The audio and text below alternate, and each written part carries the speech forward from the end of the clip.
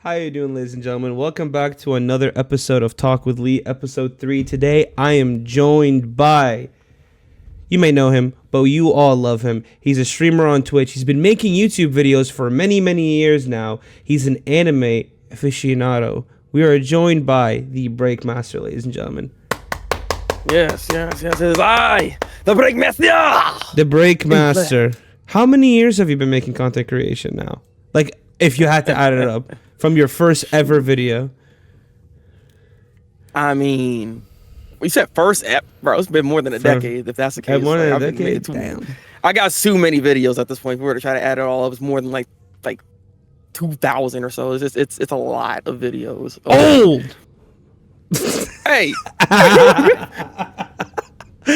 Oh my god, I heard immediately. How you gonna come in here and be like, oh yeah, look, it's the Thabreakmaster, man. He's this guy, and he's gonna call me old right off the bat. Yeah, I gotta humble you a little bit, you know. I gotta humble you just a little bit, you know. But anyways, Break, you're right, guy. before we start this thing fully, how are you? How was your day? How's life? Look, I'm doing all right, I guess. You know, outside of that lunch I ate yesterday, nearly destroying my body because I was not prepared to try to. I wasn't sure if I was gonna be prepared for this stream today, but we're here, so I'm good. I'm good. You know, I'm better. I'm better than yesterday. Is that actually what you ate yesterday? Yes. I thought you were joking about that because I showed up after the fact and you were like lunchly. I was like, oh, he's probably joking. That's crazy. I'm not joking. It messed you up that badly? Yeah, that was the first time either. You know, so you know, it's the second time I got into the lunchly bag, and I'll just say, I don't recommend. All right, just don't do it. You heard it here, ladies and gentlemen. There you go.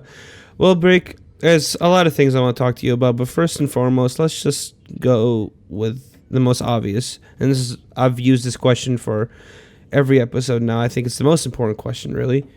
Why did you choose to start streaming? Why? What's the point? Why does it get money? you up? I'm just kidding. No, I'm kidding. Money? You're making it like that? It's like that? Oh, you want a straight answer? You want the real deal? You want the whole thing? I mean, I'm sure money is a factor. To be fair, any streamer that tells you like money is not a factor.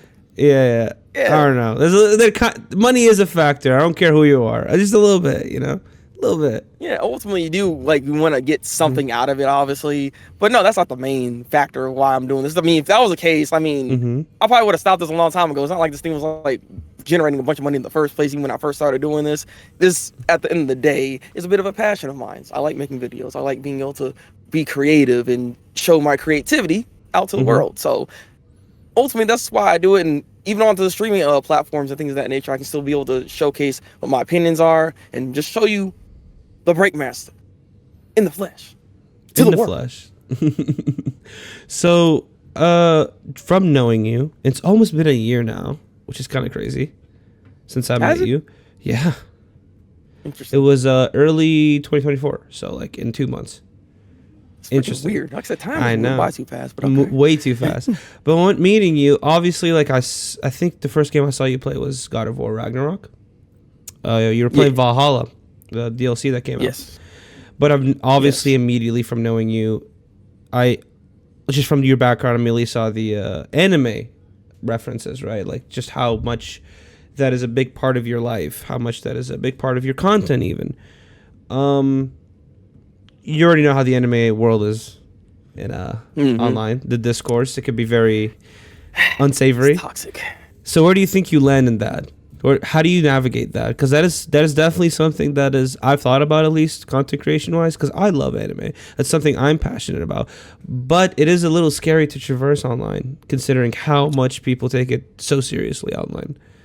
I mean, I'm one of those people that kind of take it seriously, but I mean, good question. I'm kind of mostly in like my bubble sphere a little bit here, right? When it comes to knowing when to drop my opinion and knowing when to just not try to have discourse like that. Because when it comes to the anime community, especially like right now, like how Twitter or X is and everything, it's very bad, and people just want to say things that trigger you, right? Because again, I've been doing this for a long time. I've seen like the changes of how the community like reacts and how they receive information, and sometimes sometimes you just gotta ignore that. You don't want to have to go into those bait discussions, because all it is bait. So I just know how Mm-hmm. to pick and choose my battles, and I just do the best I can to navigate through it. But it never been too bad, too somewhat actually. There's been a few times, but you know, I mean, and I've overall noticed. I've been pretty good. I've been pretty Yeah, good with this.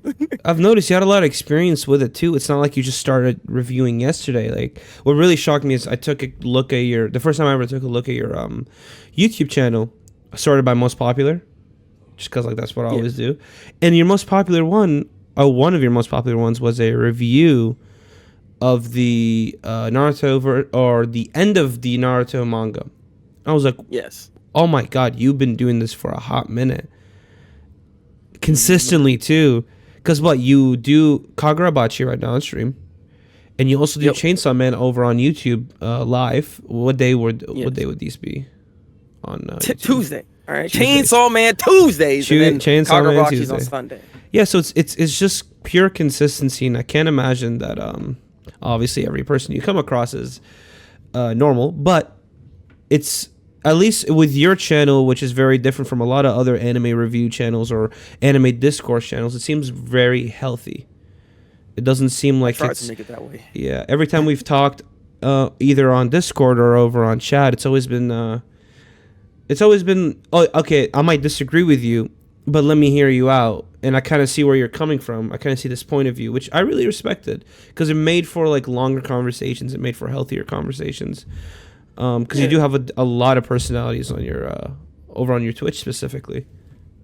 Like, I just make sure that especially when people have like strong opinions about a series, I want them to be able to articulate why they don't like it. You know what I mean? So then I can figure out, well, what is it? Because maybe you actually have a good point, and then let's discuss it. See whether or not we can maybe change your mind or not. You know what I mean? If you're open to that discussion, it makes for something that might even open my mind. Maybe I didn't even see, because my perspective is just my perspective. I don't see everybody else necessarily. I try to, but I'm not gonna always see everybody's. So, having people that can disagree with you, but then still be cool on that front to be able to actually talk about it, I feel like that's the whole point, right? That's how you have a healthy discussion about a topic that you all care about at the end of the day. And that's hopefully what I'm trying to do for my channel, which is why I wanted to have it a little bit different from others, where people are just very confrontational and they don't want to hear what other people's opinions are. I want to hear what you might disagree with me about with what I'm saying, right? But I do always try to give you my full perspective on whatever it is, and I don't just say things for the sake of saying stuff.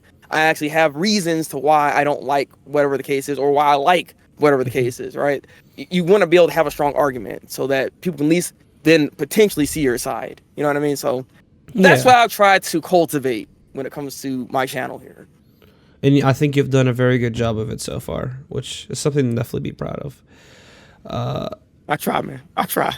So far with Twitch, obviously, I mean, there's goals, right? What would you say is what would you say some of the milestones that you've achieved so far for you personally? Because everybody has different milestones. I want to have this many viewers, or I want to make this much money. But what's some milestones that you think you've achieved that you didn't think you would achieve at the beginning, if there's any? I mean, I will say the amount of actual support when it comes to like the monetary aspect of things has been out of the water. I never expected like all that, to be honest with you.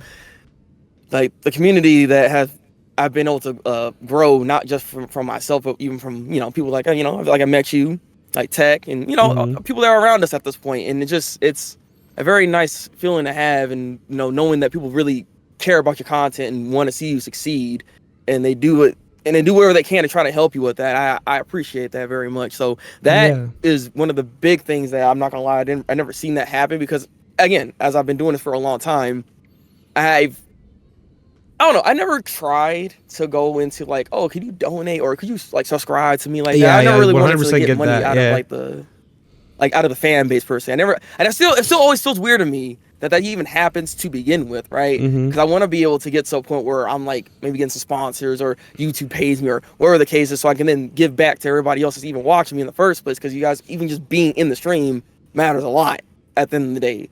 So I don't know.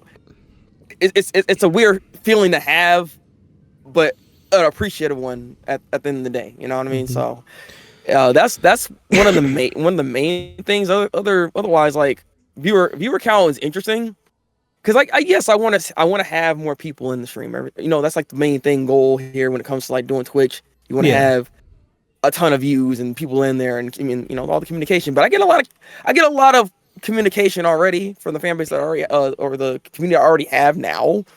Not saying I don't want to grow more, because obviously the plan is to grow, but I don't know. Like, a number is a number. Like, I've had over 100 people like within a stream and stuff like that, and it's a nice feeling to have. But at the same time, once you end your stream, all the people are gone. You know what I mean? Like, you're not. Now everybody's gonna be sticking around after that point. But I don't know. I appreciate it, but it's not like it's a super major goal. I just want to be able to actually build a community. I want to build real relationships with the people that are actually there every single time I decide to hit the live button. You know what I mean? So that's what I'm looking for the most, and I feel like I'm doing a pretty good job with that so far. Anyways, there's some real genuine people that I ran into, like yourself. So I appreciate it, man. I mean, it really is interesting. So I turned off the view counter. I didn't turn it off before. I used to always obsess over how many people do I have in right now. I turned it off because, and somebody told me this, and I said this before. It's really interesting. A lot of people obsess over like, oh, I want to like get to 1,000 viewers. I want to get to whatever, right? Which would be nice, right? But let's say you have 10 viewers watching you. Imagine 10 people all sitting in your room watching your screen. It's a lot of people all interested in you, in what you're doing. You can't get that out of a lot of mediums online. And the community aspect is definitely very humbling. Like, just seeing their regular faces come in every day, and just you guys form a culture. There's a lingo there. There's the jokes, inside jokes, and they always pop in. They always show up. They know what you're about. You know what they're about. They know your dislikes and likes. Look, just like this right here. Look, it's an inside joke just by itself. This goddamn shirt. That's an emote as well too, and I'm still confused on that. And I haven't asked, and I don't think I want to know. Do I want to know? Oh, you want to know about? You want to know about this? Go ahead. I mean, no, go ahead. It was a whole thing. Again, Thumper. If Thumper, she's around seeing this, look, hi. She kind of set this whole thing up and kept calling me like Baby Breaky and everything, right? So like the whole name that kind of happened, and so it kind of divulged into this other thing because Mac, that girl, that place, it's another streamer. She decided, because she's an artist. She said, "Oh, I can draw that. I can make something with that." And so she decided to make some actual art. And then Thumper, being Thumper, decided, "Oh, I can go even one step further. I'll put this on a goddamn shirt." And so, she decided to send me the shirt, and this is what I got now. All right, and that's why I also got an emo, because, emo that girl and that place decided to give me that. Yeah, it was a lot. I was like, okay. I mean, that's some dedication right there, and I appreciate that. Again, community. This is what I'm talking about, right? Like, it's this stuff that I enjoy like the most out of streaming, because it really is, yeah. The stuff that comes out of this is kind of ridiculous, but I appreciate it. You gotta accept it with all of its ridiculousness, I used to only want to do YouTube. I had no interest in streaming, and then I decided to stream. And then it's not that I don't enjoy YouTube; it's that it's just it's a way more interactive format on Twitch, because you can see YouTube comments, but it's not like a live reaction. Where on Twitch, you see exactly what they're feeling when they're feeling it. But it also, like I was saying, I turned off the view counter, but I did get some pause, because as I've grown and as I've met people, you were like one of the newest people I met through Twitch, because I knew a couple people before you, but it was like one person, then you, and then right after you was Gus, and then it spiraled from there, right? It spiraled from there, right? But then I started meeting more and more people, and the streak of meeting only good people ended at a certain point. What do you mean ended at a certain point? Wait, what? I've met some streamers that are so obsessive over the numbers that it's borderline.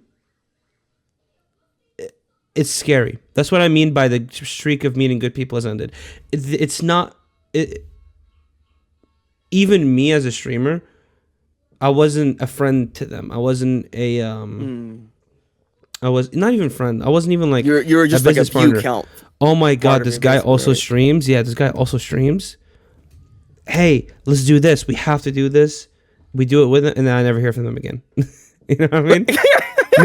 Literally haven't heard from them ever since. It's been like almost a year. It's insane. So no, I've met some people that are so obsessive over the numbers, like it's cutthroat. They're acting like this is like, oh, we're in Hollywood or something, and we're all actors trying to get our start, right? I don't like that. I don't like that about certain streamers. I think that Twitch works best when it's your community, the people around you, and like I completely agree with you. Meeting the network of people that we all know, Tech, all these people, right? Downey, right? It makes it feel like home, because it's nice knowing people that do what you do and like it as much as you, if not more. Because like I feel like maybe the people that you ran into ultimately, they are driving a goal. I mean, there is always supposed to be a goal. You're not just doing it for the sake of just doing it. Some people are, but like I know if you're trying to actually grow as a content creator, grow as a Twitch streamer, yes, you want to be able to push to the next level, but you don't. This thing is a community at the end of the day. Twitch, what Twitch does better than any other streaming platform is to be able to build a community base and to be able to meet new people as well and be genuine. Don't just simply look at them as a number, because a lot of people tend to do that, and they kind of get out of their minds because they're racking this, wondering why they're just like stagnant, or why they're not doing this, or why they're not doing that, why things are not growing the way they are. But that's because you're not truly being yourself at that point, because at some point they probably lost themselves there, and now they don't know how to get out of that situation because now they're just too obsessed with that. Which is why I try not to. I turn off the counter too. I don't see no views. I ain't trying to look at the views. I'm just trying to shoot. I get annoyed at times. Like full transparency, I get a little annoyed at times. Like let's say I do got a lot of people in there. There'll be somebody else in the chat like, "Oh man, you got that many people in there?" I'm like, I'm like, damn man, that's nice, but I don't want to hear that. I'm good, right? I appreciate it, but I don't need to hear that because it subconsciously changes how you act, whether you want to or not.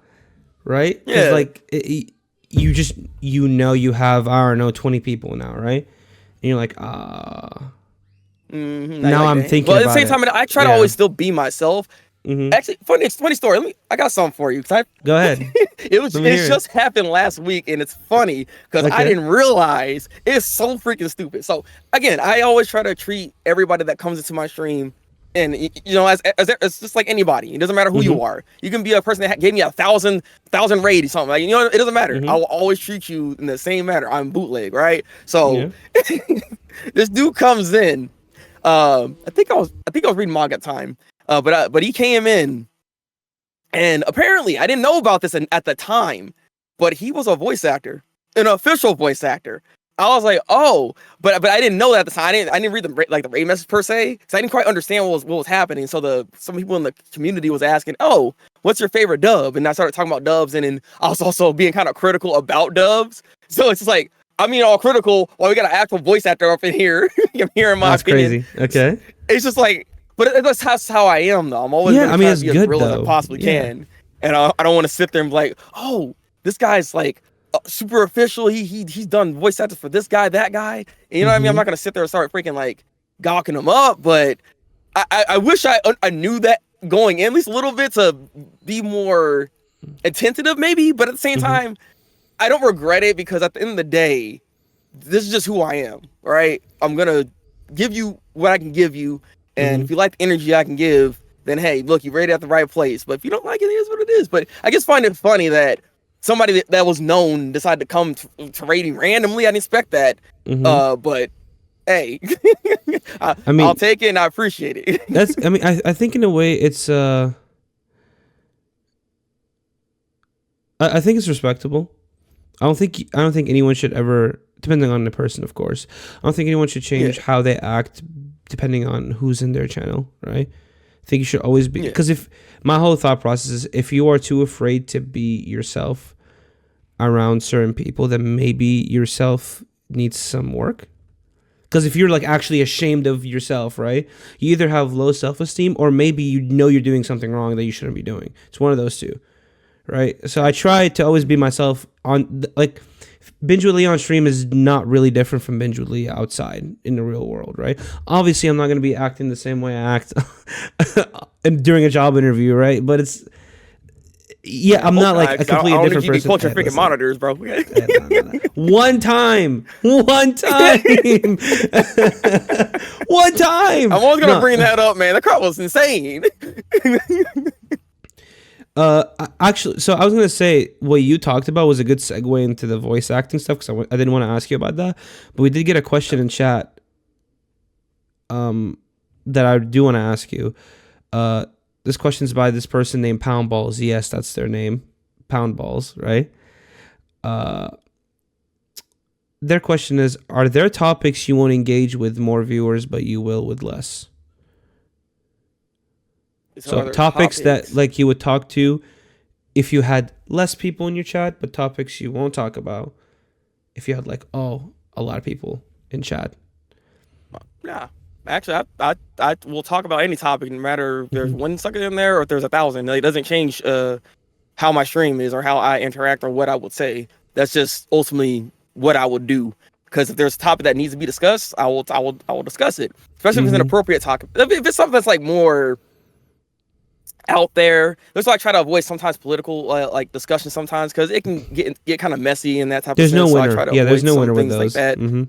Yeah, but like typically I don't try to avoid topics like that because at the end of the day, you know, we're all human beings and we should be able to discuss where we want to discuss on stream, as long as it's not, you know, in a very like hateful manner. If something like that goes on, then we got a problem at that point, right? So no, I'm not really shy of not it doesn't change the fact if there's one person or if there's freaking 1,000. I'll discuss what I want to discuss because that's just me, the Breakmaster. That's what I do. I got you. I mean, I was like I said, if you can't be yourself in front of everybody, then you got to really evaluate what being yourself really means. So I 100% agree with that. But you mentioned voice acting. That's a big part of what you want to do in the future. Like I would say like as in work that you want to like really dive into. Tell us about it. What made you want to voice act? Where did that start? Was it purely anime, or is it just a thing that you want to do in general as a VA, not limited to one medium of media? So, I mean, once I kind of understood, like, you know, you put a voice to the face and this and that and other, my startup on YouTube, it wasn't doing stuff like this. It wasn't me on camera discussing things. My start on YouTube was actually doing fan dubs, doing voiceovers of things of that nature. That was like my first channel way back when. That's what my stuff was being uploaded about, was just voice acting and stuff like that. So I've always had a bit of a passion once I figured out what to do and how this works. And then I kind of went from there, did different projects with different people. Unfortunately, a lot of those projects that I did never got completed because, you know, when you add a lot of people to one project, sometimes the project just don't get finished because there's nothing I can do about that. Like, that was about to be a part of a really official one that was like Metal Gear Solid, because we actually had the actual official voice actor of the Colonel of the games, like a part of this. Like, we're about to have something like fully legit, but that didn't get realized either, unfortunately. Some parts of it did come out, but you never got to hear what I did. So, yeah, but I've always had a bit of a passion for it, and I wanted to see if I can go further beyond with it, but I haven't really been able to. It's been a lot of stopping and going when it comes to voice acting, and also just equipment be breaking, things of that nature. Like, I never had a good enough equipment. Like now, last couple of years, I actually got enough stuff. Also, the landscape of voice acting is so different than when I first started trying to like get into it, that you can actually become a voice actor and still be in the same spot, same state. Don't have to change anything, because how voice acting was back then, you have to sometimes pick up yourself and go to California, because that is one of the better places to go to try to, you know, be something, right? Yeah, And especially in the that's media where a lot of sphere. the studios are at. Exactly, right? So that's where a lot of that's at. So yeah, to go over there and do all that, but it's like, it's not easy to just do that, right? Not everybody can just pick up and go and do that. So where we're at right now, everybody at this point, even official voice actors, are all in their own home studios, in a closet, or wherever the case is, still being able to actually voice act and have proper microphones that can actually sound on a studio professional level, and then be able to just voice act wherever and whenever. So, like, I do want to say this: 2025, you're gonna see some voice acting projects from me. This is gonna be it. We're gonna finally start getting this thing going. 2025 is gonna be the year where you're gonna see a lot of me when it comes to voice acting. Hopefully, I can You heard it get here, ladies and or gentlemen. gain some momentum with this. So 2025, the Breakmaster is gonna be professionally voice acting. exactly. I'm happy to Alright. hear it. And listen, I have a lot of respect for that, and you know I wish you well when it comes to that, because we're not the spheres we're trying to break into are not too dissimilar. Voice acting, film work, it's not. They're both cutthroat. Especially, I will say Yes. VAs. They don't get enough credit, and it's definitely a lot more cutthroat. You know what I mean?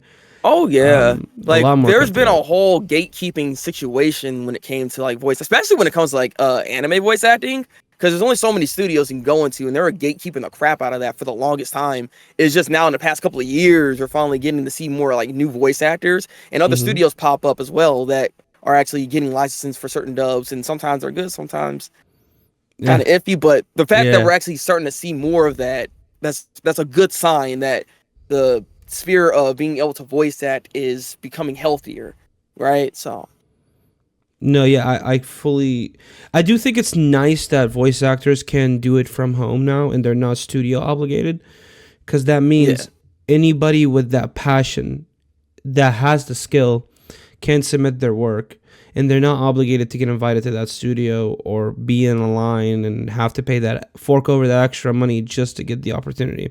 So that's a good thing. exactly. Now, what I will say is that gives more competition too, I think, because now you have a lot more That's people that also can do true. it.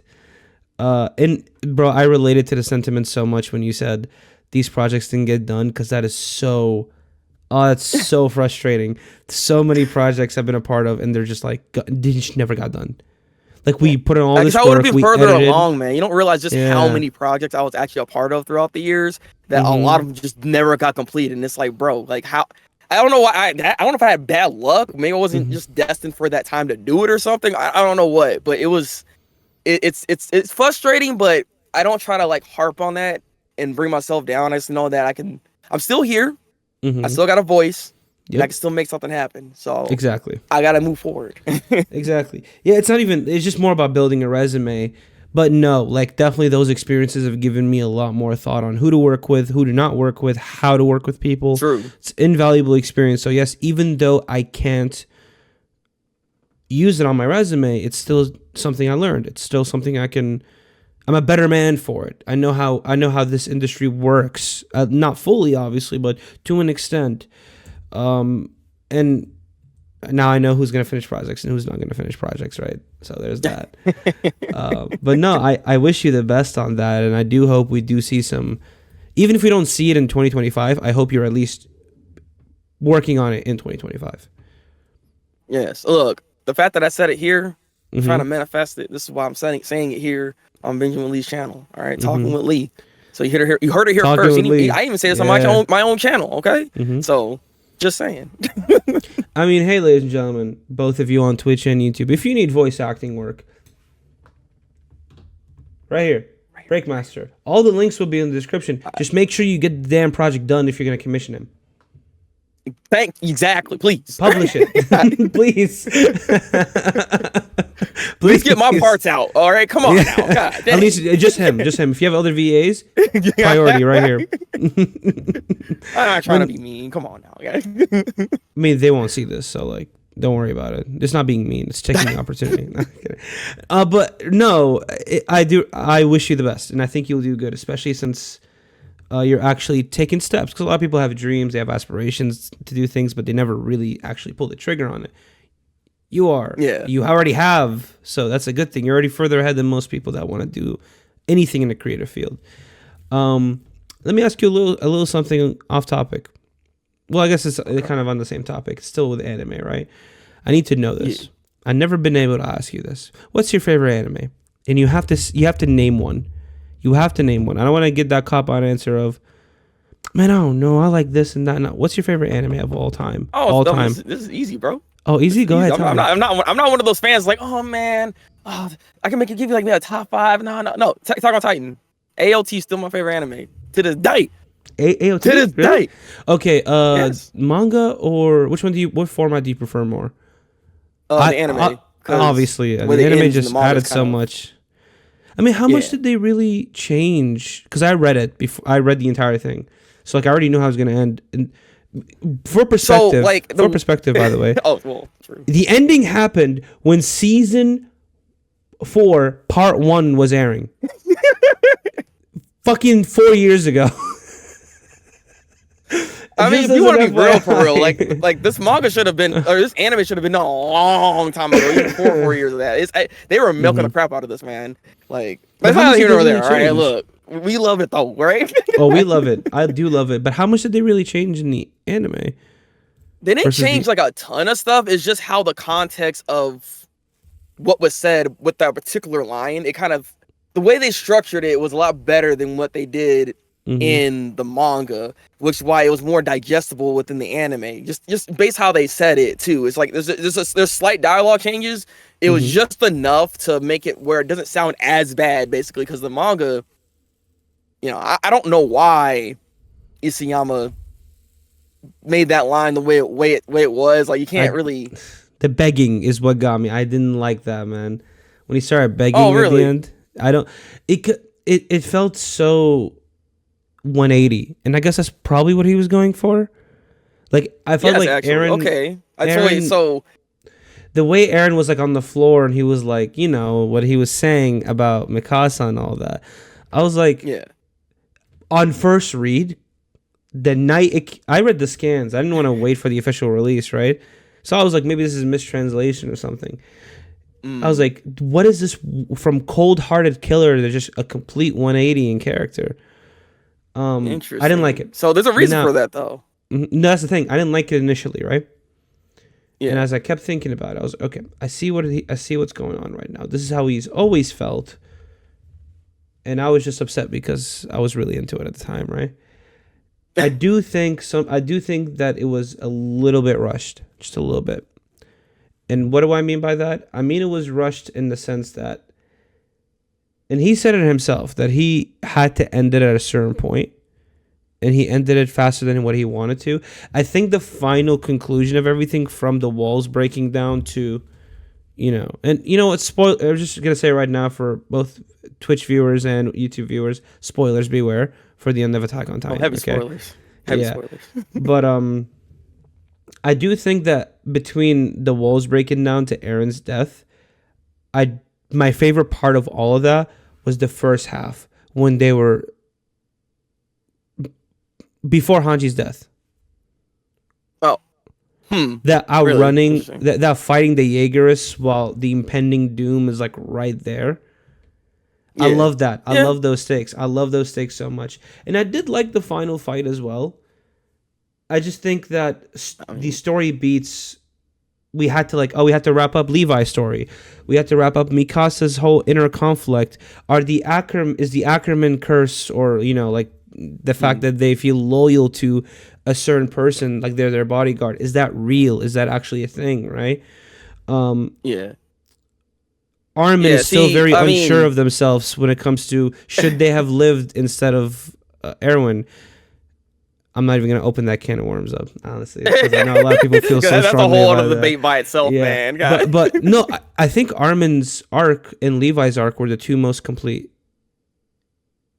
Yeah, Levi's I being my agree. favorite, and that's biased because I love Levi, obviously. No. But his arc has been very, very well done, actually. And I love the same it. thing with Armin, like you're saying. They're literally one of the better examples of the characters like arc being completely done. There's nothing else really left for them to do. So, I mean, I see what you're saying with it. Like, It's not a bad. I wouldn't say I didn't wouldn't hate it even as say much it's as other rushed people. per se. Yeah. But I wouldn't say it's rushed. More so that he should have spent more time simply just on Mikasa and the whole thing with the Ackerman, the Azumabito clan, because that's like the major problem I had with it. Like, I love Attack on Titan. Like, I don't think the series is a perfect series because there is issues with it, and Mikasa's being like the main problem I actually have with the entire series as a whole, because the Azumabito clan thing was just there as a plot device more so than it being anything else, right? And if you've read the manga, actually, the manga There was a actually is at 0.5. least a best. Yeah, The 0.5 so like there's a after the better end? example. No, yeah, there's like, because you see like there's like a mark on her arm, and you can see that in the manga better because it does it way early. Whereas in the anime, from Wit Studios' perspective, they never put it in there until way later. they didn't. I guess they didn't think it was important, but yeah, that was not something that was actually added. Classic clash of studios. I think a lot of issues with the animation department was because of that Sun Studio change. Which that's a whole other thing. I mean, that's whole other oh thing. Man, you know what? Mappa's recent acquisition of so many big titles is a blessing and a curse. It's a blessing in the sense that I like Mappa. I do think Mappa's a good studio. I do think that they produce high quality animation. It's bad because I feel like they're biting off more than they can chew. And I think that's I agree. That's hurting the projects that they have under them. Now, I do want to say this. I respect what Wit Studio did for Vinland Saga Season 1, and definitely respect them for what they did for Attack on Titan Season 1 all the way to Season 3. They carried that show for the majority of its lifespan. I love Mappa. I just don't like seeing that, their lighting glow that you can, like, every character has like a lighting outline in every Mappa animation. Every character has to have the dark lines on their eyes, right? In every anime, I mean, it's a style. It is a style that they do. I mean, that's what Wit Studios has their own thing with their bold lines of that's every the character. Thing. I miss Vinland Saga with Wit Studio. That's the thing that hurts me personally. Interesting. I wish Vinland was still with Wit Studio. Now Season 2 was, art for me. See, that's the thing. I don't know. Weirdly enough, I don't feel that way about it. Only because I feel like with how the tone shift was with this and how the main character, like he's sitting there, Thorfinn's sitting there broken, right? Like he's not the same dude as he was in Season 1. I feel like that's a good tonal shift, which is why the animation should potentially change, which is why I feel like maybe that kind of worked in its favor that way. All right, that's kind of the same thing with even Attack on Titan. Attack on Titan initially was its own thing, and then when it got to Season 4 and when Mappa took over, that is a tone shift. Like Eren becomes this whole other character at that point. I feel like because of that, the animation kind of needed to change a little bit. It felt necessary in a way. So I don't know. I have to say a little bit. Yeah, I mean, that's fine. How dare you? That's all good. No, I get it. I do say though. That lag was crazy on my end. I say though.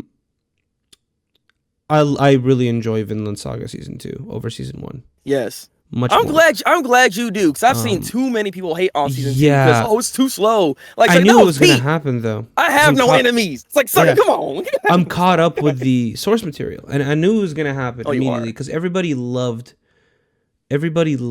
Season 1 for its action, for its it was non-stop the entire time after the first 3 episodes. After the whole climax of that season happens with the dad dying, right? Yeah. I knew people were gonna hate it because I knew Season 2 was gonna be a lot slower. I didn't like Season 2 in the manga as much as I liked the first half. I thought the prologue was a lot better. Mappa, credit to Mappa, even though I like Wood Studio's style for Vinland Saga specifically more, credit to Mappa, they knocked it out of the park with the soundtrack, they knocked it out of the park with the animation, with the pacing for Season 2. It was beautifully done. That story is just, it's so hard-hitting. Like, you go from, man, I don't want to see Farming Simulator 2024 to just the most gut-wrenching anime you'll ever see, in modern day at least. Because, I mean, we can talk about some gut-wrenching stuff, but it really hurts when it hurts, and it's fun when it's fun, and it's sad when it's sad. It's wonderful. It's one of those shows where it's like you get a really good Season 1, but then it steps it up somehow even in Season 2, especially when it comes to the story beats and how these characters grow. Like, this is like the definition of good character writing. You can't get any better than this when it comes to the character writing. Do you have the same mindset than with JJK? See, I'm anime only. I don't know if I should read them. Like, people keep saying it's like the ending was not that good and stuff like that. So it's like I haven't jumped into the manga yet to see where that goes. The ending wasn't put the fries in the back Deku type of ending, right? It wasn't that. And listen, I will hate on My Hero for the rest of my life because I spent my life defending myself being a My Hero fan, and I got thrown to that curb. I got thrown to the curb. I was so not. Are you caught up with it? I'm not. I'm anime only on that one as well. Yeah, yeah. But Listen, like, there's only one more season left, I think, for the anime, so we're good. We're good right now. You know how people have like they make jokes about One Piece, for example. Oh, I can't wait till One Piece fans find out that the One Piece is the friendship, right, that we made along the way. Mm-hmm. Yeah. Imagine that joke becoming the actual ending for your anime. Now apply that to My Hero. That's kind of what happened. I have an idea what the ending might be, and I see why people are upset with it. But at the same time, I kind of get why we kind of went that direction with it. What do you think it is? It's not. It's probably not. It's probably not enjoyable in that sense. What do you think it is? And I won't say yes or no, but what do you think it is? I mean, because again, like, Deku's supposed to be the number one hero. That's like the thing that they try to set up here. But there might be like a swerve potentially in here where maybe he. Mm-hmm. Maybe because like the way the show is going, from like what I'm seeing from like Shigaraki's side and how Deku is like controlling all these powers, I don't know if this stuff is gonna actually transfer over to the next person. I don't think we're gonna be doing that. So I'm assuming we might see some type of clash between the two, and it might like axe out all those powers to begin with. Maybe that's the thing here. But they're just gonna have a good life, or he's just gonna maybe, I don't know, come to terms. I'm not sure, but I have a feeling something like that might happen. If that were to be the main thing, that wouldn't have been a problem. It's much worse than that. It's something else. Much worse than that? So don't worry about it. Yeah, you're that's not what people are upset. Don't even worry about it. So yeah, just keep watching, I guess. You know, maybe they'll change in the anime. Because like that would make sense. The whole friendship is power type of situation where it's like, at least I still got Uraka with me, my girl, and I got all my friends here. You know what I mean? Mm-hmm. No, don't even worry about it. No, it's something else. Anyways, JJK season 2. Okay, now I'm concerned. Okay, now I'm concerned. I don't want to spoil it for you, so I'm not even gonna say anymore. But no, JJK season 2. Don't read it. Don't read Jujutsu Kaisen. I read it. I'm caught up with it. It's not that the ending is like really, really bad or anything. It's not. I think Attack on Titan's ending is better. But then again, I was never really a hater of Attack on Titan's ending. I was never like, Asayama, you ruined my life. You ruined my life. Again, they overblew how that ending was. Yeah, I will say that. Yes, there was a bad line there from the manga aspects of things, but it still wasn't like it all makes sense. Like you might not like potentially like where it went and what the message is, because the message by itself I can see why, because it's more of like a revolving like circle basically. Everything kind of still happens regardless. Like life is not. You're not gonna just have a happy ending. That's not what real life is about, basically, and that's what Attack on Titan is pretty much giving you with the ending here. And I can see why people might not like that, just being a message of in itself. But it's not bad writing, though. It's not like it didn't complete its story. You know what I mean? Whereas there's others that just leave things out in the open that you don't even know. You don't even know what's going on. And I wonder about that when it comes to anime in general, because a lot of the times. Though. Oh, really? It's not an issue of the ending being bad. It's the issue of it not feeling like an ending. There's so much left unturned. So many stones left unturned. So many doors left unopened. There's a lot of questions to be asked. It almost felt like one chapter we had the big climax, and the next chapter, we're done. I'm like, what? I had a feeling it might have been that. 'Cause that would be something that would make people upset. I mean, I had that same feeling with Katekyo Hitman Reborn's ending, because as great as that show was, the way it ends in the manga, it annoys me so much, because you didn't wrap nothing up basically, and it's like, at that point you're just only applying situations, and then there's a romance aspect to it. They don't even start like that. Crap made me mad. It's like, I don't understand. I just don't get it. Akira Yamada dropped the goddamn ball, okay? But I don't say don't read it because it's like a bad ending. I should say don't read it because the anime has definitely made it a better story. It's like it's a Demon Slayer effect. I think Demon Slayer is an okay manga. I think it's a phenomenal anime. I don't think Demon Slayer would be as popular as it is now if season 1 wasn't what it is. I've been saying the same thing. Not to diss on Demon Slayer or the writer or the art. To be fair, the art in the manga is all right. Like, it's not even that good. I'm only saying it's. I'm saying it's all right because I can't draw any better. It is just decent. It is decent though. Like, I mean, have you not seen Hunter x Hunter? Hey, whoa! Hey, that's my second favorite anime. Look at the manga though. Look at the manga. Have you seen the manga? I don't want to look at the manga. I don't get any chapters. It makes me. I don't want to look at it. Every time I look at it, I know it was 15 the last time it was weekly. Bro, it's almost 10 years ago. Well, when it was around, when this man was working, art has never been. Art is just not there. Yeah. God. Especially you read something like Berserk or something like that, and you realize, nothing can really compete anymore. Nah. Like One Punch Man too. Like, come on now. Like, what are we talking about? Like, how you doing One Punch this? Man art. That's a manga I was so surprised that actually looked the way it looked. Because I never thought One Punch Man would look that good. So I had no interest in reading it. Season 3 took its sweet ass time to come out.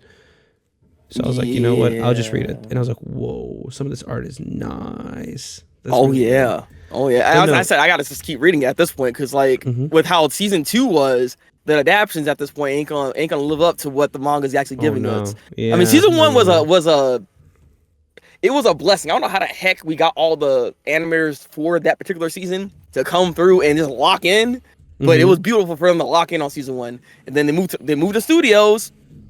Every time we do that, sometimes quality just ain't there. Not to say it's bad. Like, I think it's weird because I know people, in the fandom here, hates on season 2 of One Punch Man because it's not as good as season 1. But if you really think about it from comparison wise from other series, the animation's honestly not that bad versus shows that might jump to another like Blue Lock season 2, for instance, right? Like season 1 great, season 2 the heck is that? I don't know what that was either, man. I don't know that was either, man. Blue Lock is interesting. I don't know if you could continue watching it. I don't know if I want to do it. It's just as much as I like Blue Lock, this adaptation so bad. I don't know if I can do it. I have a very, very strict policy nowadays when it comes to watching things. If I don't like it, I don't like it. I'm just not gonna waste my time. Yes, I would like to review things. I don't only have so much time anymore to watch things, right? Exactly. I'd rather give that time to anything else at that point. Now, you don't got time to watch mid, sir. Only greatness. I feel like you should also watch mid to appreciate the good. Because if you only watch good, true. You get skewed into thinking, oh, it's really not that good. But then you watch other shit and you're like, oh, never mind. This is good. Just like the One Punch Man effect. Like I said, he's like season 2, you thought, oh, that's terrible animation. You haven't seen terrible animation, my friend. Okay. With JJK, don't even bother reading it. Just watch it. Just only watch it. It's better. It's better consumed through animation. One Piece. Yes. You already know you already know that's my favorite thing in the entire world. Been watching it for the past 18 years. Reading it for the past 18 years.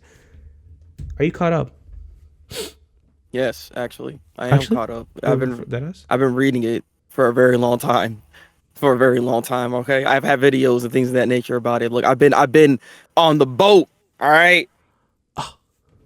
What do you think? I'm on 1,000 Sunny right now. What do you think? What do you think of One? Because One Piece, to me, there's three stories in anime that, and yeah, you know how an anime story, regardless of if it's a shonen, seinen, whatever it may be, right? It feels like it's meant for anime, right? There's 3 stories so far that I've read or watched that have surpassed the stigma of anime for me. It's One Piece, obviously. It's Berserk, and it's Attack on Titan. And Vinland Saga is a close one, but as I'm reading the manga and the manga's about to end, it's kind of like hitting those classic tropes, which isn't about. It's like not a critique or anything. It's just like that's the vibe I'm getting from it. The reason why I say they're leaving those stigma of anime, which is not a bad thing. It's just more so like that's the vibe you get when you read them. Like Attack on Titan, for example, the different things we're exploring, the trauma, the plot twists, especially that big plot twist with Eren in season 4, which that's a plot twist. A lot of people don't know what a good plot twist is because of some modern day film, right? They think a plot twist is like a big shock, right? Oh, I'm surprised at this. No, a plot twist is literally what's in the name. It twists the plot. Now, when you think of plot, when you look at the past couple hours that you've consumed, and you look in comparison to what you just learned, it's not the same. It's a completely different watch. That's what a plot twist is. Attack on Titan is honestly a masterclass at that with every season. It always masterclass in plot twist. Yeah, to look at when it comes to plot twist. It always changes up the aspects of it. Yeah, you went from season 3 when you got the biggest plot twist, what's in the basement, right? And then you went Mhm. to season 4, and then you got they just blew it out the water with Aaron's reveal when he kneeled down next to his father and told him, "Come on, little bro, Bro. what are you doing, man? They're bitching you." No, it's just I was like, insane. oh. Oh, it's insane. I was so But hyped seeing that. 'Cause I was like, bro, you gotta be freaking kidding me. Like, yeah, really? it's so good. And I think Berserk is the same way. Now, have you ever read Berserk? I don't want to spoil it. If I've you read haven't up to it. like 50 chapters or so of it, but I haven't actually gotten like fully into Yeah. it like that. I'm not even gonna start on Berserk because we'll be here for like 3 hours, so we're not gonna do that. I love Berserk. Just I so mean, you you know. already started talking about One Piece. That's already a 3-hour conversation by itself. I'm gonna try. One Piece. The reason why I see the way I see it is, yes, we have a lot of long-running characters or genres. Like you got your Spider-Man, you got your Batman, you got your Superman. Thousands of iterations across 100 years for Superman now. That's how long he's been around. Freaking ridiculous. Insane, yeah. But then you have One Piece, and it's not like alternate universes, alternate realities. You've had this one long-running story with the same author and the same characters for the past 27 years now. Yes. Yeah. Impressive. It's so unique in its scale, but it's so unique in its relationship that it's built with its fan base. I don't think there's really many other forms of media, whether it's show, anime, anything really, that has built this bond that One Piece has with its fans. And yes, there are other I mean, long-running. I don't think there really is anything like that. You got your honestly. Star Wars, you got your stuff, but like they're not continuous for the past 27 years. Exactly. One Piece is. Now I listen. As much as I love One Piece, I will be the first to say, One Piece suffered from Toei being who they were in the early 2000s. The pacing was bad, and that's the thing. A lot of people think One Piece is full of filler. It's not. It's just bad pacing. Like they at one point they were adapting half a chapter an episode, which was just unacceptable. But with that being said, I still think it is. The more you dive into it, it becomes less about what the One Piece is and more about what every other mystery that we've explored is. Because you start learning. It's so many literally different the things about journey. world. It literally is, and I know it's a meme, right? It's the journey, but no, it literally is though.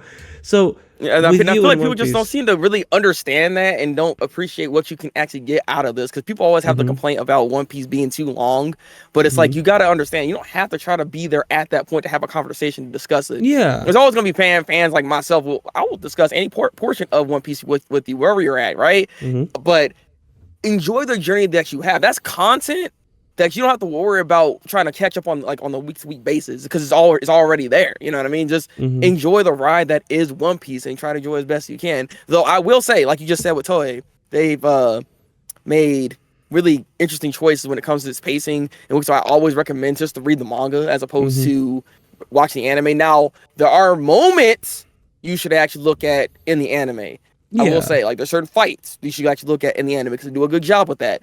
But overall, I'd say your best way to consume One Piece is just through the manga. It's better that way. I in my fully agree opinion. with that. Yeah, I fully agree with that. Yeah, it's. I mean, I didn't know for the longest time, but now I know why One Piece got the treatment it got. One Piece would be a lot more popular in the West if it didn't, like, especially in America, if its first dub wasn't for kids. Because of 4Kids, no, dreaming. no. Don't give it up, Luffy, dreaming. No, Don't please, give it up, please. Solo, dreaming. Don't Solo, give it up, Nami. this is so, it's so disgusting. If it They wasn't still say for them, Zolo in the translations right now on the Shonen Jump app, and it on the bothers me official every time. translation, yeah, it's so dumb. It's Yes. Zoro. It's Zoro. Like that's the whole shtick of it. He's a swordsman. It's just a copyright thing, man. It's a copyright thing, Yeah. unfortunately, so they can't say it. But god dang it, it's bothersome. But because of the 4Kids dub, even though they had a proper dub afterwards, it never caught on because people just was like, no, this is stupid. Toei, they were animating One Piece, but they were also animating Dragon Ball Z. I mean, to be fair, Yeah, which one so you choose? obviously One Piece was not gonna get the love it needed because we're gonna put all our work in Dragon Ball Z, and then Dragon Ball Z ended, and now there was Dragon Ball Super. So One Piece still didn't get the work it needed, but you notice right after Whole Cake Island, animation just went out of nowhere, and every arc was stylized. The episodes were individually directed now. Dragon Ball Super, Toei has realized what a mess they made of that show. and how it's just not profitable anymore. So they decided to cut their losses, take whatever's left, and put it all into One Piece, and it's paying off big time. Which is not a I'm bad like, thing. too Not a bad little, thing at too all. I don't know fucking why they late, didn't do though. that from the beginning. Yeah, I was like, wish you did that from the beginning. Imagine. That's why I'm really excited about the One Piece on Netflix with Wit Studio, like how they're remaking. Because they're gonna episodes, redo it basically, but like much more tight. So like significantly less episodes, which I'm just so excited for. It's gonna be so good. So this is gonna be a new avenue for people that want to get into One Piece. This will be probably the thing that you want to look at, especially considering there should be like zero filler for a while. Like it should never catch up to the actual manga at this point. It's seasonal. Literally 1,000+ chapters in. Okay, there's no way.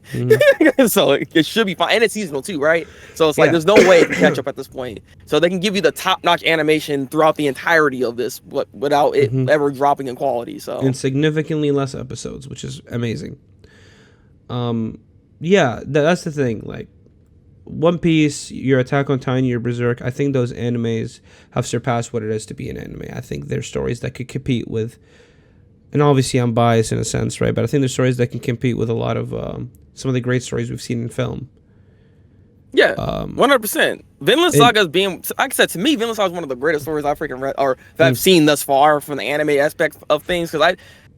Because I didn't know what I was getting myself into with Vinland Saga, but like this Askeladd's whole journey and what's going on with him, man, peak. All right, and then season 2 said, all right, I got you. I'm gonna hit you with this one, and they said 1-2 punch, and I was like, bro, peak again. All right, how you do this? Like, this is just, it's impressive the type of writing that anime can actually bring out of a story. This is why I keep saying like anime is one of those mediums that can pretty much tell any kind of story, and you can get anything out of this, and you can get some really creative ideas and just amazing stories that you should honestly look more into. Like anime as a medium is something special, and I feel like more people should understand that about it. I will say though, I think the reason why Vinland Saga doesn't speak to me as much as Attack on Titan, I love it, but I think the reason it doesn't speak to me as much, it's because, have you ever heard of the show Vikings? Oh wait, yeah, I haven't seen it though. Okay, whenever you think of a Viking video game, whenever you think of a Viking show, it's the same way we have, like when you think of elves, you think of any of these things, you think of Lord of the Rings. Tolkien's writing influenced what it is to have a fantasy ever since he made it all the way back then, right? The show Vikings redefined what it is to have Vikings in media, in popular media. Really? Vinland Saga is a direct result of that show. And when you watch that show, yes, it's live action. Yes, it's a lot more brutal and a lot more on the realistic side of things. But you can definitely see the parallels. And that's not like a bad thing or anything. But to me, it's like, this is the higher quality product. Now, if I watch Vinland Saga without the knowledge of Vikings, I would have a much more different opinion on it. But like, this is the reason why we have a Vinland Saga. This is the reason why we even have an Assassin's Creed Valhalla. Valhalla pissed me off because the characters and everything, direct rip off from Vikings, and they did it bad.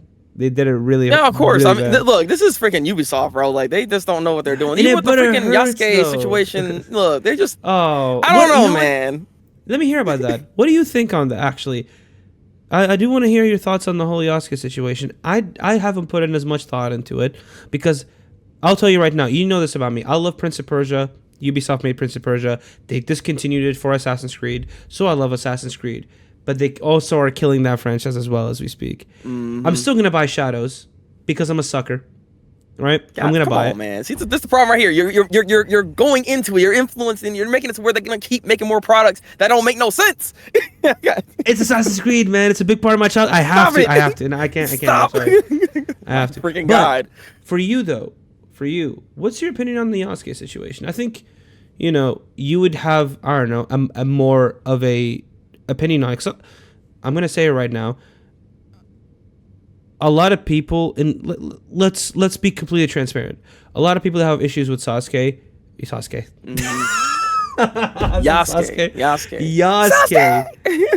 A lot of people that have issues with Yasuke are on two sides. There's people that really care about the historical accuracy of it all, and there's people that are just pissed off because there's a black dude in the game. Exactly, pretty much. Literally, right? There's literally two characters you can play in the game, but they're like, black dude though. Like, that was my main problem I had. Those are with the two issues, right? That's why I want to get the your discourse. opinion on it, because your opinion would have more layers to it than like my opinion on it, because I don't really have a stake in the game really on this, you know what I mean? So I'm gonna say this: like, I don't have a problem with Yasuke. Yasuke is an official samurai. There's been too many people, especially in Japan, telling us this man's a goddamn samurai. He was part of Oda Nobunaga's gang. Like, he is that guy, right? Now they can probably play up on his like lore a bit, right? But that's like every story that you get. No matter what story you get, especially when it comes to Ubisoft side, they'll overplay some of that lore that's there. So like, Yasuke's not an issue. But the issue with the game is actually how inaccurate it is to Japan. Like, we just had and came off of other just samurai based games that do a better job at really Ghost of Tsushima being a perfect example of a game that gives you the proper lore and how accurate it actually is to that time in Japan. Whereas this has actually like Chinese lore and like mixed in with Japanese lore, which makes it's making the story make no sense. Like, it's so weird. Like, the placement of things, especially at that time, was not there. So it's like the research behind the type of story that they were trying to tell and like the placement of like the environments and things of that nature were not done well, which is why, if you know, just on the technical aspects of things here, that's where people should have issues with. Not because Yasuke is a black samurai, but because we have problems with the actual like story of the game. Like, they're not doing it justice. They're not doing proper research on it, and that's the problem I have with Ubisoft in general, because I think Ubisoft has a tendency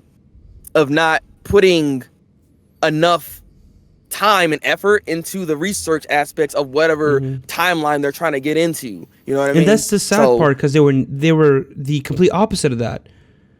They were the studio known for bringing these locations to life the most accurately. So it's a really weird thing how they went from the historically accurate studio to Fantasyland. It's what weird. killed me on the happened. game though. What killed me on the game though is when they had a display of like a sword with like inscriptions on it for the game, and it turns out, I don't know if you heard about this, but it's the funniest shit ever. So Ubisoft had like an art exposition, right? Like a little area so you can learn more about the game and stuff. And they had like a sword propped up, and the sword had like Japanese inscriptions on it. People on the internet caught on to what that sword was immediately. Turns out it's Zoro's sword. They grabbed something off of One Piece. Are you serious? Ain't no freaking way. You know Zoro's demon blade? Yeah. That's what killed me. You gotta be kidding me. This is what I'm talking about. This is exactly what I'm talking about. In their art exposition with like the Japanese inscriptions, oh, this is like a sword from that time period, right? People on the internet were like, bro, they bought this from this One Piece merch store, and they had the pictures side by side. Ubisoft had to come out and apologize. Freaking way. Ain't no way. Like, how do you even get back from that? That's crazy. You don't. Just wrap it up. Call the day, because they know that's Zoro's sword from One Piece, and they claimed it was a real Japanese artifact. It's insane. It's fucking hilarious. It's like some shit out of Family Guy. It's a skit. There's no like. I was convinced it's a joke. I was convinced I was being gaslit. I was like, there's no way a company as big as Ubisoft would like actually like get caught like that. But they will. Like I said, whoever that team is, just don't know what they're doing. That just clear solidify that idea in my mind. They don't know what they're doing, because god dang. So yeah, like, I'm not trying to buy that game. Look, I'm not even gonna lie to you, all right? Because like, they just can't. Hey, listen, I'll play it for you. They can't get away with this. They can't get away with this. Okay, look, man. I'll play it and tell you. I'll tell you if it's worth Stop it. Stop it. Stop it. Listen, don't. It's too late. It's too late. It's too late, man. It's too late. I'm sorry. What do you mean it's too late? You already did it. No, I haven't. I don't pre-order games. I buy them on release though, so it's not any better. I mean, I guess not. But no, look, you still have time. You still have time. The reason why I do that is I'm somebody who likes to review like the games I play, right? And this is a game I want to talk about on stream. I just don't want to be somebody who talks about something to that extent without having experienced it. Like, I will never say this movie's bad without watching it, because I know what it is to make a movie. I know how much work goes into it. My friend said this, my best friend said this, and I believe this sentiment forever. I will never give a movie a 0 out of 10. It will always at least get a 1 out of 10. Why? Because people showed up to set, they recorded it, they edited it, and it's out. That's effort. Yeah, I mean, there's effort that was placed into that. A 0 is the movie never came out. That's a 0. So that's the thing. Yes, aside from Assassin's Creed meaning a lot to me as a person, because my first game in the entire world, my first ever video game was Prince of Persia: Sands of Time trilogy. Played it on PC. I love that series so much, and then they discontinued it for Assassin's Creed, which is why I love Assassin's Creed so much. And granted, those earlier games were art; they were beautiful. But aside from that, this, man. Listen, outside of that though, I know it's probably not going to be good, but I cannot talk about it and say it's not good unless I've confirmed it's not good.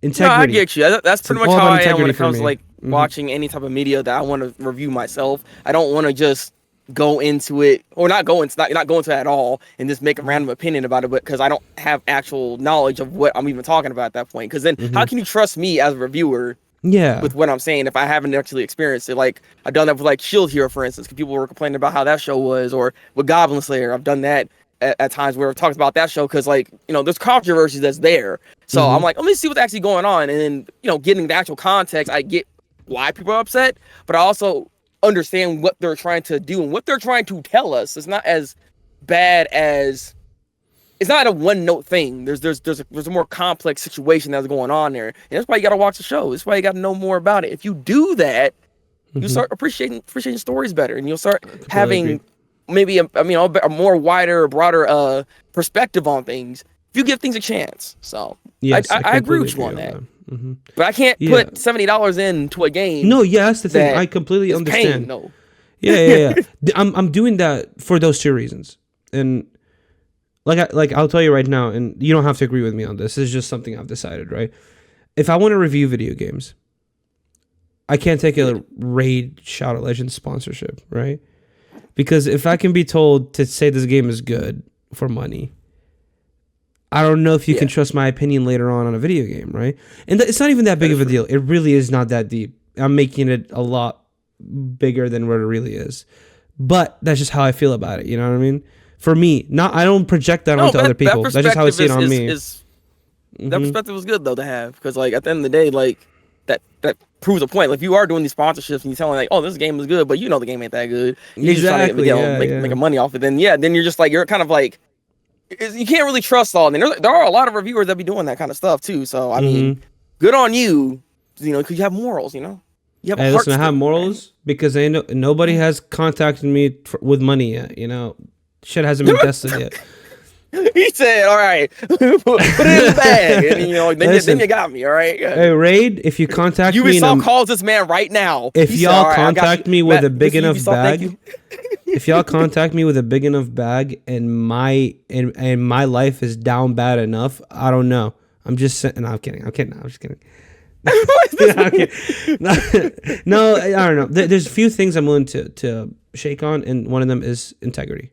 I do think one of the most important things you can have as a person, especially in a place as unholy as the online sphere is, because you know how bad things can get on here, especially for the content creator. Integrity is one of the few things you have control over. It's one of the few things that matter most to you. It's one of the few things that really make you stand out from other people. Being somebody who has beliefs and values, whatever it may be. I'm not saying like you have to have the same beliefs as me or anything, but having beliefs, morality, and value, and upholding those no matter what, because you're online, because you can be easily corrupted with money or whatever it may be. That's the most important thing you should have online. That's the most important thing that I would tell anybody starting Twitch or YouTube. Don't switch who you are because you think people will like it more. Don't take money for something that you know you'll regret years later on, because one day you'll have that money and you'll be sitting there on your couch and you'll be like, was it worth it? And that's when the regret sets in. And I don't want to have that. I don't want to live like that ever. Unless you're a trash human being. So, I mean, like, I did what I could. All right, let's sell your goddamn soul. Integrity is one of the most important things you should have. And a lot of people, I hear so many horror stories. I'm like, man, I wish I didn't do this to get this role. It wasn't worth it, right? I don't ever want to have that regret. So, for those of you who ever have any idea of content creation, you heard it from me at least.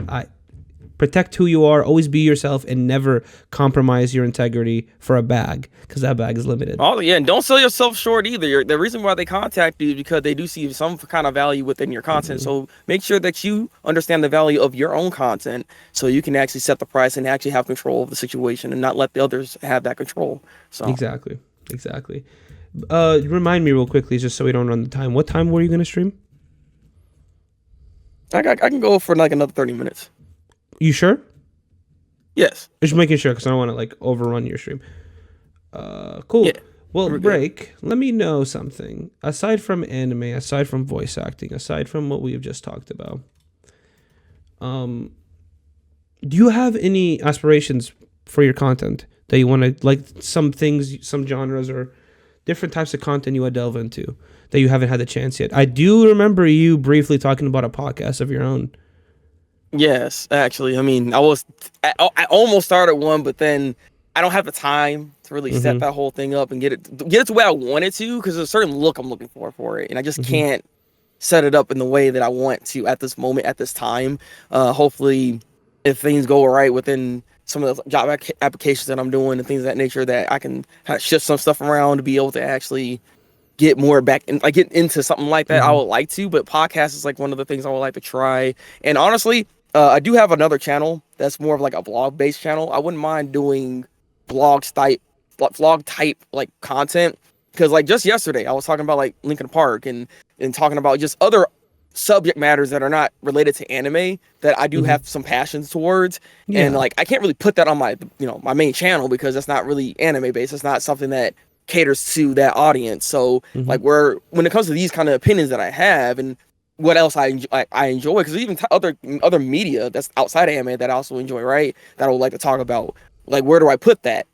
Well, I mean, I do have another vlog channel. I could probably put it over there and maybe just have some kind of content that go over there and do the same thing, right? But I wouldn't mind just being able to have a channel, because I've seen channels with certain success at this at that certain level, where it's like it's a short vlog, but the vlog that kind of talks about whatever the subject matter is of something that's current, that we can have a deeper dive into, because I have opinions, I have thoughts about certain certain happenings going on in the world that I wouldn't mind actually diving more into and seeing, having a discussion about that, and maybe something could happen with that if I ever decide to go down that path. So I have been thinking about that as well. That is something that I might start doing here probably soon, because I mean, I've already got something like 2 videos in like lined up. I just got to start editing them. So we'll see what happens. That's the whole point of Talk with Lee. Like it's not just with guests, although there's a lot of you guys, especially you, Break, and I know you guys have thoughts, things that you can say about a multitude of topics, and I want to explore that. Yeah. I will be doing solo episodes, right? Because like you said, there's a lot of things I want to talk about that aren't gaming, that aren't film. Yeah. Not necessarily political or anything like that, or like really controversial. It's just more so I have to dedicate time to it, because it's not something I usually talk about. And it's a really good thing to have discourse and talk about certain things. I feel like everybody has depth to a certain extent. They just never get pushed enough to get asked about that stuff. And that's why I like doing what I'm doing right now, especially with you, because we could talk about things that you necessarily might not have had the chance to talk about, but want to talk about in the future, and really stretch those conversational muscles. If you did start this, what would it be called? If you can tell us the name. If you can't, that's fine. I don't want you to. If it's still an announcement for your own, community, save it. But if you have a name for this podcast of yours, what would you call it? One of the ideas already is like the Podcast Master. The Podcast Master is nah. what we're doing? it would be like the Breakout Podcast or Break Room TV, something along those lines. Something Breakout. Like that. It's something along with my name in there, right? Look, Breakout. I got a lot of like things here. Breakout Podcast has a ring to it. I'm not even gonna lie. That's what I thought too, right? That one hits. Joe just said Pod 54. It's all right. Look. Don't. Can you cut that? Can you cut that out of the video? Look, man. You don't need to have that in there. You know what I'm saying? Look. Joe, I what are you mean, doing? All right. for those who have seen it live, we're cooked. It's done. It's done. God dang it, man. I'm gonna keep it a buck. Next question. God dang it. I don't get what he said. I'm gonna keep it a buck. So I'm gonna move on. But it's Joe, so I assume it wasn't anything good. Wow. Anyways, I love you, Joe. I love you. I'm sorry. I'm sorry. Commodore sound alerts don't work at the moment. Just doesn't. They don't work for stream, but they still work for me. That was disgusting. I didn't realize I didn't turn them off because they worked on my end. 5-4. Oh, that's crazy. Anyways, so aside from your podcast, and I guess we already kind of explored this a little bit when I asked you earlier about goals and stuff, but I asked you about like goals that you've already achieved or whatever it may be. You as a content creator, what's your end goal? And I guess that extends to your partner as well, because very few times you'll find somebody that streams and they have a partner who also streams, because Anna streams. Usually it's only one person, or if they do, they never really make it public. It's like a joint thing. Yeah, it's like either a joint thing or they just never talk about it. They're separate entities, but you guys very much do, not necessarily like joint all the time, but you do have like your Kagurabachi readings, which you guys are very well together in the same stream. Yes. I've always told her, like, I wanted to make sure that she still has her own identity when it comes to like what she's trying to build up and things like that. I'm here to help her, not for us to freaking combine into one thing. You know what I mean? Yeah, you're not fusing. Really want that? Yeah. But I brought her up because your goals might align with hers because you guys live together now. Which congratulations on that, by the way. That's a big step. It is, oh god. Yeah, it's a huge step, and I'm really happy for you. But you don't have to have an answer right now. If you don't, that's completely fine. But if you did, what is the end goal? And I know it doesn't necessarily have to be an end goal either, because you might be like, oh, I want to hit this, but I don't want to end. End goal. I can answer this question. I can answer this. I've said this at least once on my own stream of where I want to ultimately be at the end of the day when it comes to all of this. I'm not asking to be like freaking the biggest streamer, you know, so I'm not trying to hit the Kai Cenat numbers or anything like that. That's not necessarily the goal here.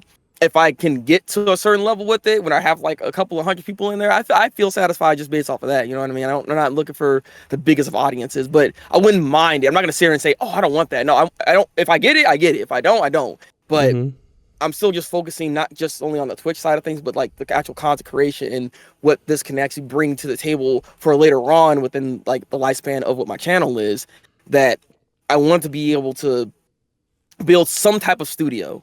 You know, have some type of like studio that's of my own that I can then outsource and give other people like jobs and things of that nature. I want to have my own type of thing because I want to do voice acting, like I said before. So what aligns with me and Anna is that we both are voice actors. We want to voice act. So we'll have something along those lines, and maybe we can even get into like deeper into like animation and maybe get some actual animators, and maybe we can even animate something, because I have stories that I haven't shown yet on stream or really talked about it that much, but I have stories that are in the back. I just got to actually start really working on those as well. But I want to actually be able to put manga or comics out at some point, so I can, you know, have another avenue of something that I've been wanting to do for a good portion of my life. I've been doing that and been drawing ever since I was like 6 years old, and wow, I've been doing it ever since that's then. News to me. Oh, really? Oh, yeah. I'm just saying, like, I've been drawing and I've been in the artistic space for a very long time, and I want to also utilize that skill that I have too to be able to build into like I said, like a studio of some sorts. And I want to be able to get a lot of people like, you know, that are in my circle that want to be able to be more creative, things of that nature. If I can be able to be that like source of like of some type of production that they would want to jump into, I can be that guy for them, right? I want to be able to help others to be able to see and realize what their dreams are as well, not only just my own. So that's like the idea at the end of the day, is like try to have some studio where it'll start out as like a voice acting studio thing, but it could potentially become a full on like production studio altogether. So that's the goal here, but we'll see how it happens. I don't know how we're gonna get to that point. I just know that's the idea that I have here. It's a good goal though, because you're giving people the opportunity they didn't have, which is easier Yeah. access for creators to get into the space. I mean, immediately when you said that, that reminds me of Lucas with Star Wars, because Oh, really? he Yeah. made Lucasfilm immediately after deciding that he didn't really want to make like after he did the trilogy, he decided that I want to give the opportunity for others to make film. And a lot of Yeah. people have started their careers with Lucasfilms. So he did his thing, it was successful, and then he decided, I'm gonna take a back seat, I'm gonna help others fill their potential now. It's an admirable goal, and I do respect it, and I think you could do it. I think you could I definitely do it. appreciate that. It's a very lofty goal I have, but it is something that over the years of doing content creation, I've like it kind of cultivated into this that I want to be Mhm. able to do something along those lines. And it's never always just about myself because at the end of the day, like I am just one person. Yeah. A lot of this is always going to be a group effort type of thing. It's not just me somehow making it. I'm not that kind of guy to say it's just me Mhm. day one. No, like it's always been a community based thing for me. And I Mhm. appreciate each and every one of you guys for even being here and watching this and just consume the content that I create, whether Mhm. it be good or bad. I'm not gonna sit here and say I make great content all the time, right? But I try my best, and I hope that you guys at least see the effort that I'm actually trying to put into this. You know what I mean? So Mhm. I'm just one guy trying to make a dream happen, and hopefully I can get somewhere close to that. That's all I'm looking for here. Yeah, man. I mean, I listen. I'm think at least with your community, I think your people really do enjoy you a lot. There's a lot to offer from your end, and yes, it is very silly sometimes in there, especially from people like Zaya. Yeah. Zaya's like to me is like the one that's always incriminating you on some level. On It's some- because stuff just be happening, man. Look. no, like the people make jokes, but Zaya's the one that goes the extra mile of making an edit or something. Which it's funny, but I appreciate that. Like I'm looking at it from a content creator standpoint. I'm like, you're Honestly, creating yeah. things for me, and it's kind of cool. That is very Like I've very already cool. told Zaya, like at the end of the day, like, I need to put these like on a channel somewhere because like you put Yeah. effort to make all this, and I do appreciate that because like that's Mm-hmm. not. It's an interesting feeling to have somebody be like, I'm gonna make some content for from this guy's content basically, and Mm-hmm. make some jokes out of it and everything. I appreciate it. Same thing with the memes. Like as messed up as some of the memes are, you know what? I do appreciate them because you're still taking the time to make it. Okay, like I do appreciate that. Some of them are freaking gold. Okay, some of them are gold. I wish I had just a meme section just for like the ones y'all made, so I can go back to look at them because it's kind of hard to find them all because y'all made some freaking very creative ones, and it's like sucker. Hey man, listen. All I'll say is, um, regardless of how embarrassing something of a meme of you gets made, right? Yeah. It will never be Lithium's most popular clip. That's all I'll say. That is all I'll say. We'll just stop it right there. All right. Oh, come on, man. God No. dang. I'm a hate. I'm a hate. No, listen. You know what? We're just gonna stop it right there. That's all I'm gonna say about Yeah, that. good. Yeah, Yeah, let's just we're leave it gonna at stop that. You right don't there. need to do any more than that, all right? Lithium's not even ready for I didn't that know it was made conversation. You into can an have over emote. here. So yesterday when I saw it as an emote, I was so shocked because I don't know. Kame, I think he gigantified it, and I'm like, oh my god, it's an Yeah. emote. Who had that idea? Oh, That's yeah. such a bad idea. It's like, why though? Um, Bro? Why? Look, I don't. no, We really want to see that. We really want to see that. no. But that's the thing I though. don't know Every the way you're community is looking. so I don't know. different. No. Wait a minute. Why are you looking like that? Huh? Why are you looking like I'm that? looking at Ahmed because he came in and he said, "Where's my sound alert?" So yeah, we don't have Okay, sound sure. alerts All on right. right now. Ahmed. Just as an FYI. But thank you for being here. But no, every community acts really differently, and I will say your people love you, but they are silly, and I think that's part of the charm. Yeah. I'm at a point right now where I do have active members. My community is forming Good. into shape. It's I'm glad definitely to hear nowhere that. near like Downey's or yours or Gus's or anything like that. Because out of all you guys, I think I am fairly still like the newish one, right? It is really weird seeing it form. It is really weird seeing it form a little bit though, because Huh.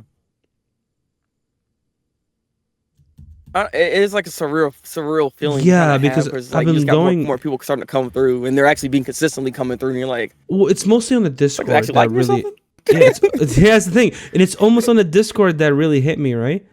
Where I hop on Discord and I look at my channel, and I see like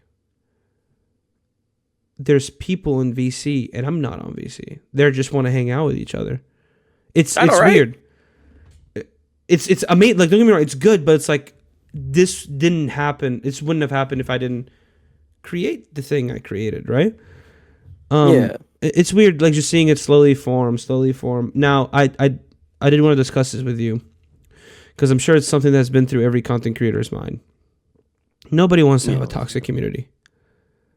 Mm. Nobody wants to have that community where if you raid, everyone's like, "Ah, it's breaks people or it's binges people," right? Because like they're just Yeah. unsavory, right? I've had to deal with some things recently. You know, it's not like that big of a deal, right? But I've had to deal with some things recently with my own community with people like just saying things that shouldn't be said, doing things that shouldn't be done. If like just Oh, really? yeah, just in chat or just in like my server, right? And it's my first So you're time telling ever me a scorpion having. that's talking about this, huh? The scorpion, isn't it? Oh my god, no, it's not Scorpion. I'll tell you that much. But I hope he's listening. I know he's playing Call of Duty right now, so like most of the time he gets like he hears people talking shit about him on stream, but he can't respond because he's in the middle of a game. I love it so much. But no, it's no, it's just they're newish members, and some of them are not newish, but they've been emboldened because they feel like, oh, I have seniority. I've known Binge since 2022, right? And Ah, you're new here, so it's interesting. like I've kind of had a I've had to be mean about things. And I don't listen. I don't want to be the hall monitor, right? I don't want to be like the teacher. Hey, what are you guys doing, right? Don't say that in general. But people don't know how to act sometimes, and Oh yeah, no. I don't want. The last thing I want is because when I first joined your community, welcoming immediately, liked everybody in there. They were very nice. Yeah. When I joined Gus's, same idea. When I joined Downey, same idea. I joined some communities of other people, and they're assholes. You know? I didn't want to be around. I didn't want to be in that guy's stream. He's a very nice person, or she's a very nice person, but your community are not good people. I don't want to be around them. No offense, right? Got them unhinged suckers in there. Yeah, don't want that to be me. You know. So I've had to really have a think about what kind of community am I building here, so like more consciously. Have you ever thought about that before? Have you ever in how many years have you been streaming on Twitch? Shoot, it's been like I think four years at this point right Yeah, now. let's I just say believe. 4 years. In the 4 years you've been streaming, have you ever been thinking about the structure of your community? What kind of message you're putting out there in your absence? Yeah, I mean, ever since I started going back into streaming, because like weirdly enough, this is 4 years doing it again technically because I was Mm-hmm. streaming before this time and I was doing it on YouTube, and then I kind of jumped over to Twitch, but then I Mm-hmm. stopped for a little while actually. But Yeah. it's always been like an idea or a thought like what I want for my community. And of course, there's only so much I can do, which is why I try to make sure I'm surrounded by people that I moderate, that I know they're good people that can kind of help with make sure the structure of my community is still, still good. So anytime I have new people up in there, I try to be as welcoming as I can, but I do try to scout their personality and see what they're doing, what's going on with them. And if it does become a bit of an issue, there have been moments where I had to like personally DM people and tell them like you guys need to calm down or this and that and the other. I'm Mm-hmm. not gonna say who, but there's been those moments where I had to Mm-hmm. do stuff like that just to make sure that if you want to still be a part of this, you got to make sure you're not being dumb. Like at the end of the day, it's not that hard to be a part of the freaking foolery that be happening in my streams, right? There's a Mm-hmm. lot you can do because I want you to still have some freedom of being able to just kind of have fun. Like the whole point is to be in a stream, or at least for my streams, right? I want them to be able to come in there and be like, I can blow off some steam. I can relax. I can be here and have fun for a couple of hours, so I'm not having to worry about some of the day-to-day things that have been going on my mind, right? To be able to put you back in your right headspace. Like if I can do something like that, or if I can be able to help in that kind of way, that's what I'm looking for. But I'm not looking for stupidity. I'm not looking for people to badmouth others and stuff like that. Because again, Yeah. I've had to deal with that kind of stuff too, and some people get Mm-hmm. banned in the process because you don't listen. So it is one of those things where you got to sometimes be the bad guy because people don't want to listen to you like that. So you got to know how to, I guess, in a way, navigate those newer people that decide to come in that want to try to act a fool. And then, same thing with like the, people that have been in the stream for long periods of time and stuff like that. They'll probably tell you or tell the new people kind of how things should go. Because like, Ahmed's here right now, right? Ahmed's a great example of somebody like if you probably saw some new people come into my stream and they started acting stupid, he'll probably say something real quick and be like, hey, that don't fly here. You know what I mean? Like, but that's what I'm saying. Like the community, that's why I feel like our communities and how my community is, it's just, we're all kind of tight knit. We already know. It's not like, I don't know. It's like, I wouldn't say it's like an unwritten rule, but I feel like we all kind of have a good idea. It's common sense. Yeah. It's common sense we all know what we're going for here. Yeah. Right. So the community is coming together to make sure the rest of whatever was going on, community stays tight like that. You know what I mean? So that's what you got to do here. We did talk about it earlier.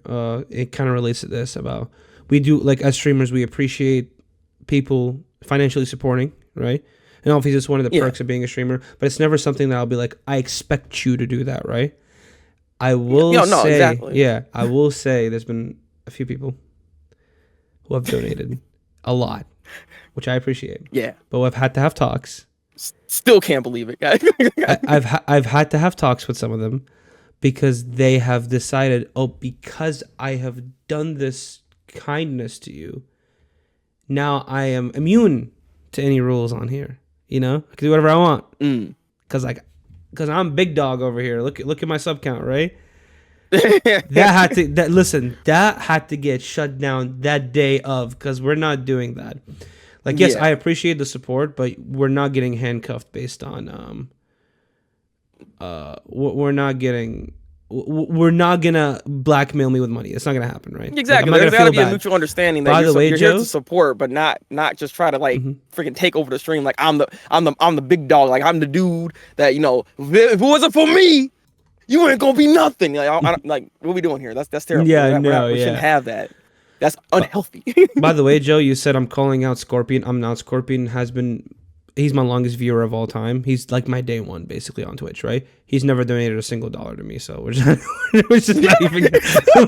Listen, we're not talking about him because my man is cheap. All right, we're just not. God dang, my man's cheap. All where right, that boy at? Yeah. I hope he doesn't pop in anytime soon. But no, it looks like if your timing is correct, we may have 4 more minutes, and I think. At least for before I'm gonna cut so you can get your stream ready. But I did want to this for my YouTube audience, for my Twitch audience. Break. Obviously, this conversation's been nice, and this is one of the reasons why I picked you. It's not just because like we both like anime or we both are streamers. I knew that you had a multitude of topics you can talk about, which you can. Yeah. And it's a great conversation. I want people to also be able to catch you live and see you on YouTube or whatever. Please feel free to tell the people over here on Twitch that may not know you and on YouTube, where can they find you? When can they find you? And what platforms also, like in general, that you either upload on or stream on? What events do you have coming up? Yeah, so I mean, obviously I got a stream literally like next like 10 minutes. I'll be over on twitch.tv/Thabreakmaster. My handle is just Thabreakmaster. It's everywhere. So, look at my name. You can find me over on freaking TikTok, Instagram, freaking Twitter, all that stuff, because I try to make sure I have that name everywhere so you guys don't have to like think too much about it, right? But no, I stream over on Twitch. I also stream over on YouTube. Kick is no longer a thing, so don't even worry about that. But we also stream on YouTube every Tuesday for Chainsaw Man. That's the main thing that we actually have over there. So if you're a Chainsaw Man fan and you want to be in the happenings of the conversation that's going on at that time, you can go over there. It usually happens around like 6 p.m., 5 to 6 p.m. Mountain Standard Time, like I said. So, set your clocks, make sure you know that. And then usually every time on Twitch, I usually try to stream around 8 p.m. to 8:30 p.m. It's usually around that time, like that window of time where I try to get over live over on my channel. So, yeah, that's pretty much what I got. Anime fan, as y'all already know, Also wrestling fan, by the way. All right, so if you want WWE, there you go. Also AEW, okay. I'm multifaceted, right? I'm not just WWE.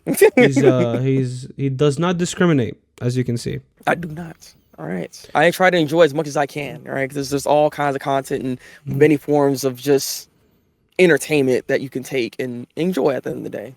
I'm glad, man. Well, thank you for being on. For my YouTube audience, I'll see you guys next video. Thank you. This was the Breakmaster, ladies and gentlemen. All the links will be in the description for him. I'll force him to send me some of the links if I can't find them. But without further ado, I'll see you guys later. Break out the wire!